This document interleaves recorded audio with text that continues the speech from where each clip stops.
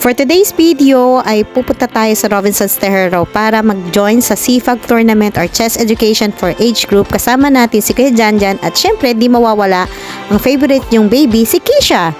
Reason why nag-join kami dito ay para ma-expose sa tournament si Kuya Janjan. Kasama din natin mamaya ang mga student namin sa Brilliant Mind Chess Club.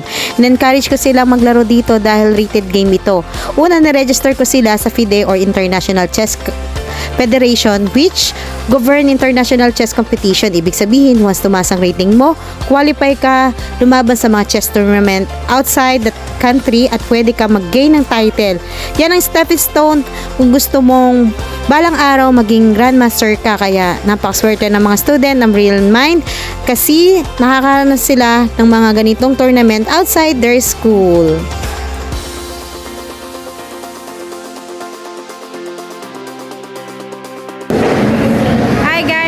Today's video, nandito tayo sa Robinsons Tejero para samahan ng ating mga estudyante lalaban sa South Luzon Summer Chess Tournament. So, ayan na sila. Ayan na sila. Ayan. Kasama natin si Papa and of course, si Kisha. Hello! So, ayan. Samahan nyo kami para makita nyo kung paano nagto-tournament. FIDE rating po yung tournament natin ngayon. Meaning to say, pag natapos yan, may rating po sila at mayroon po silang registration na sa Chess Federation po. May ID na sila dyan. So, yan.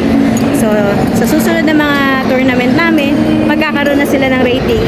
Yun po ang basihan para maging qualify ka sa mga tournament at magkaroon ka ng pangalan. So, kaya in-encourage ko sila na lumaro dito. So, samahan nyo kami.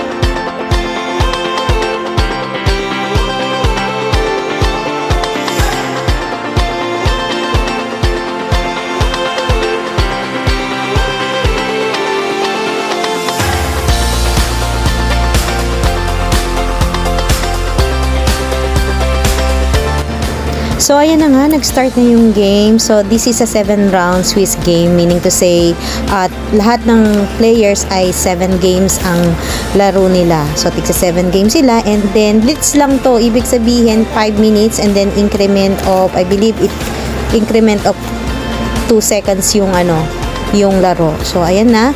So, mayroon tayong 12 below bracket, tapos 13 above yung isang bracket. So, ayan yung isang player ko. So, ang kalaban niya dyan ay may pangalan na siya sa Arena Master. Pero, muntik na siyang manalo dyan.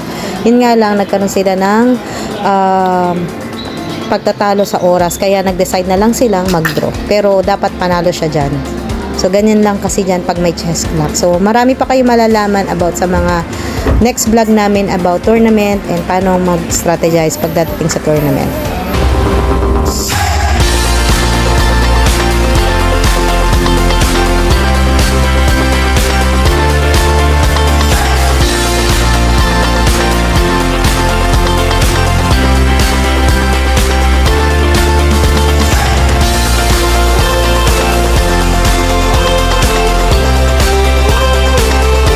So, ayun na nga, hindi nga tayo pinalad na manalo, pero isa lang masasabi ko, proud ako sa team ko kasi hindi kami top bottom since this is their first time na lumabas at na-expose sa ganitong klaseng tournament. Talagang kabado sila, pero hindi naman sila nagpa-kulelat kasi magagaling talaga yung mga kalaban nila. Yung iba dyan may title na, pero nakapanalo naman sila at higit sa lahat marami silang natutunan at na-experience sa araw na ito. So, sa mga mami dyan na gustong i-enroll ang mga anak nila, PM din kayo sa amin para matulungan po namin sa iyo paano mag-register sa ganitong pagkakataon. Nag-aalok din po kami ng trainings and programs. So, PM lang. Bye for now!